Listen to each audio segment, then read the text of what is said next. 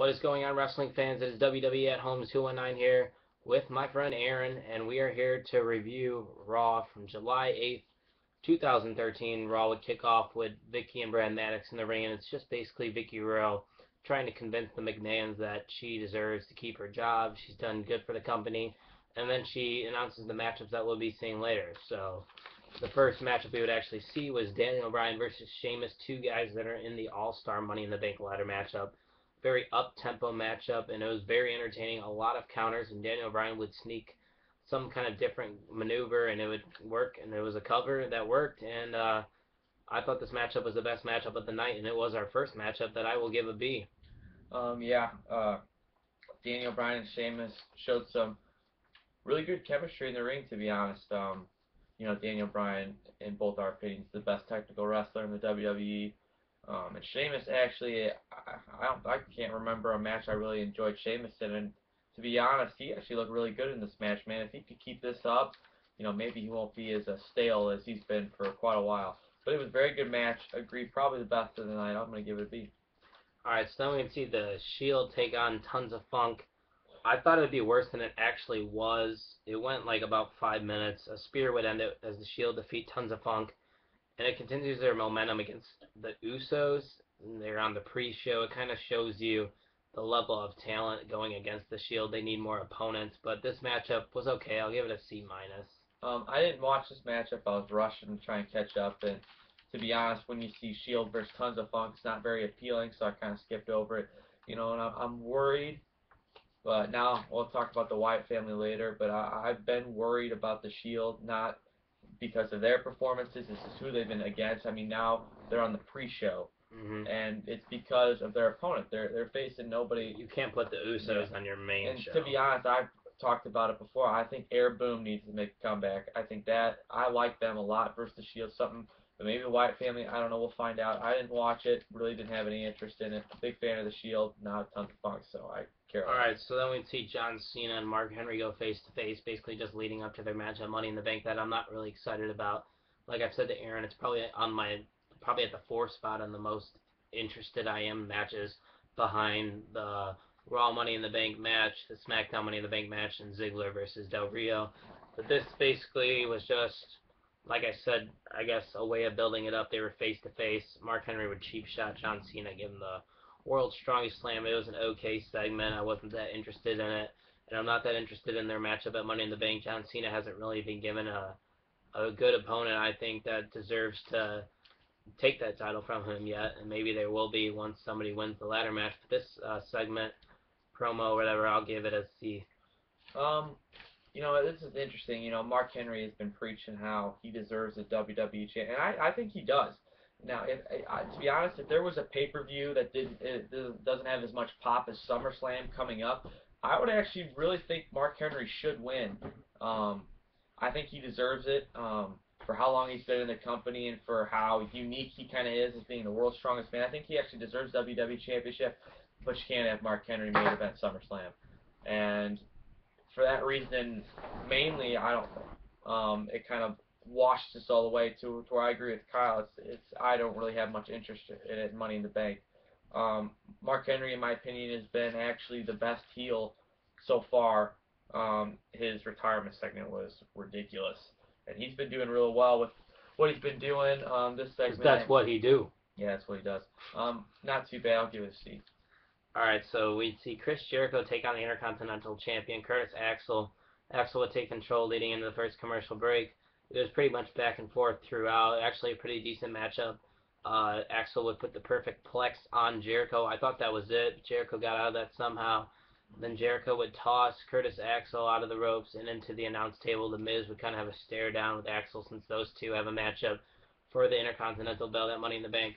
But that would be the distraction, as when Axel would roll back into the ring, Jericho would hit him with a code breaker. Actually, a very shocking win. I thought they were going to give the victory to Curtis Axel, but they didn't.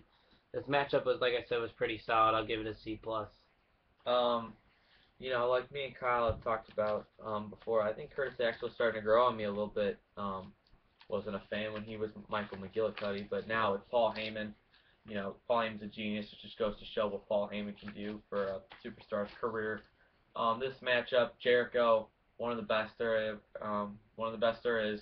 He's when you have a match with Jericho, it's going to be pretty decent in my opinion. It was a pretty decent match. To be honest, I didn't think Jericho was going to pick up this victory. I thought Curtis Axel was going to take this all the way.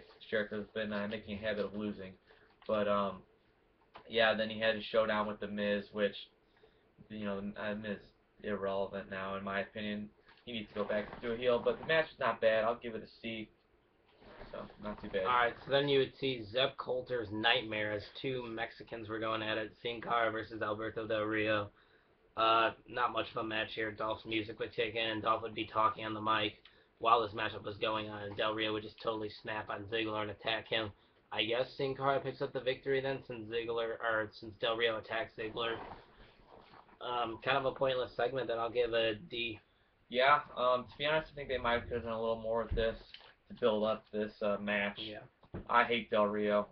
I've never really been a fan of his. Maybe a little bit, when he was first turned to face, but he pisses me off. Sin Cara, Sin Cara can do some cool things, but he's nothing special.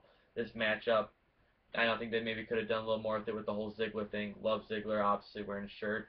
My favorite superstar. To be honest, I didn't really like it.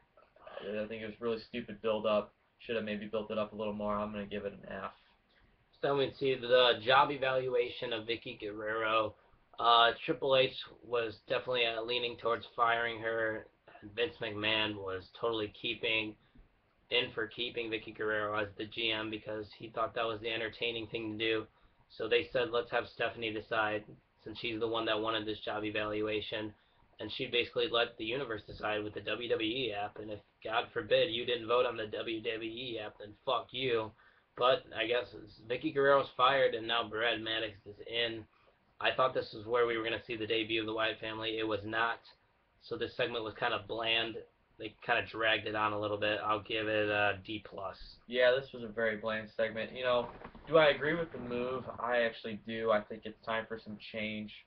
I think Vicky, it was kind of a whole puppet thing where I feel like we need a GM that has a big influence. None of us were a fan of John Laurinaitis, but he played a big influence on everything. And I think it was time for a change. Obviously, nobody likes her. Brad Maddox brings a lot of questions to, how's it going to be? I think it's a new thing. I like it. The segment I wasn't a fan of, really. I don't like the whole Triple H, Vince McMahon quarrel. That's starting to piss me off a little bit. I'm not a fan of that. But, yeah, pretty dull. I am a fan of Vicky leaving, though, but I'll give it a D. Alright, so then this would lead us into another matchup with two guys that are in the Money in the Bank All-Star matchup, Kane versus Christian. Not really much to this matchup.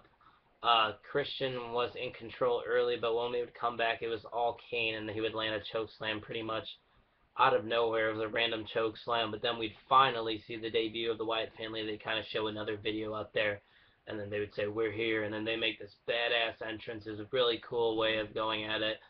And they would attack Kane, the two other members. I don't really know their names yet because I'm not too familiar with NXT. I just watch it on occasion, but I do know who Bray Wyatt is, aka Husky Harris. As they would attack Kane, the two other guys, and basically just looks like Kane might be going on an injury storyline. I'm predicting Bray Wyatt to fill in for Kane because I feel like that's the direction they're going towards. And that kind of might throw that whole Money in the Bank ladder match for a loop because they might just give Bray Wyatt that opportunity. But who knows what can happen. But since with that whole segment, you got to include the Kane and the Christian matchup with that Wyatt family debut, I'll give it a B-. Yeah, starting with the Kane and Christian match, too old. They're, veterans. They're, two of the greatest of what they do. But, it was very boring in my opinion. Then when the Wyatt family made their debut, badass debut. Very badass debut. This is a group I don't think we've seen anything like it. It's just so unique. I've been anticipating this for so long, ever since they started their first promo, and I'm so excited for them. I was like Kyle said, the fans chanting Husky Harris kind of pissed us off. If you're a real wrestling fan, you don't do that. Don't ruin the guy's new gimmick. This is could awesome work. Gimmick. You don't do that. Now, yeah, you could say Goldberg to Ryback, because we all know him like Nobody gives a shit. But come on, this group is something that could be very special, and you can't you can't ruin that. Now, does Kane go on an injury story? To be honest, I hope so, because I think he was the odd man out of this All-Star Money in the Bank. He's got limits, and all the rest of these guys can do some high-flying things. And if Bray Wyatt makes an appearance into this Money in the Bank, it changes everything, in my opinion. This is a total game changer. But, like Kyle said, you have to include the Kane Christian match with this awesome debut. So I'm going to give it a B- as well. Alright, so then we see the Divas champion AJ team up with Alicia Fox to face Caitlyn and Layla. Not much of a matchup here. I think it lasted maybe a good minute, the match itself, and then Caitlyn just went off, started attacking AJ. She had a decent spear on the outside, but nothing to keep me interested in this feud whatsoever. I'm going to give it an F. Yeah, the Divas division is really stretching. And, I think they've made the best move they can make and make AJ the champion, because I think she's the most liked diva, which, there's not much to choose from. But, I guess this segment was just to Caitlyn display some sort of dominance and, lead up to something. Yeah, I agree, Kyle. I'll give it an F. Alright, so then our main event would be another two that are in the All-Star Money in the Bank match. Randy Orton taking on the best in the world, CM Punk. It was even throughout this whole matchup. Once again, a very solid matchup here. The crowd was split down the middle. GTS would win it for CM Punk. I thought maybe some distraction was going to be used. Maybe Brock Lesnar, maybe RVD's music, not RVD himself. But I just thought nobody was going to pick up the win here, because you usually don't want to give two big guys like this some sort of like momentum, or make you think, oh, this guy's going to win Money in the Bank now. But they did, and CM Punk defeated Randy Orton. And then after that, we see Daniel Bryan come out and attack CM Punk and Randy Orton, climb the ladder and grab that briefcase, maybe showing you of what could happen Sunday. We might see Daniel Bryan holding that briefcase at the end of the night, which I would totally prefer out of any other participant in that matchup. That whole matchup and ending segment with Daniel Bryan was pretty solid. I'll give that alone a C+. And Raw overall, I will give a C, because it was one of the best go-home shows we've had before a pay-per-view, and it built up most of the matches in a way that you couldn't really build it up any better than what they did. So Raw overall, I'll give a C. Yeah, I agree with the build-up. I think this Randy, Daniel Bryan, Kane thing has been pretty sweet. I think it's been pretty cool. But this match actually was really important, and I think I might be overanalyzing it. I might not be, but in my opinion, I think Randy's becoming a babyface, which is rude. I don't like that, because I'm a huge Randy Orton fan. He needs to turn heel, and you could tell by the crowd that cheers.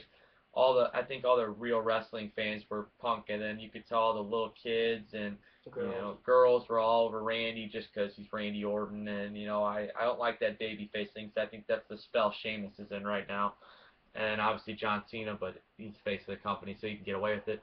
But the match overall wasn't bad. To be honest, I would have preferred a distraction or something to where one of these guys didn't win, because these two are two premier superstars, and I don't think, maybe you want to show Randy's vulnerable for something. I don't know. You can do what you want. But the Daniel Bryan thing was very interesting. He's being pushed as the overall favorite to win this. He keeps winning matches. He's been the dominant guy this whole entire month of June, and after Payback up into Money in the Bank. It's hard. It is very, very, very hard for me to pick the favorite. So I think this was very important to me. I know Kyle, likes Daniel Bryan, and I'm just, if I liked him to win, yeah.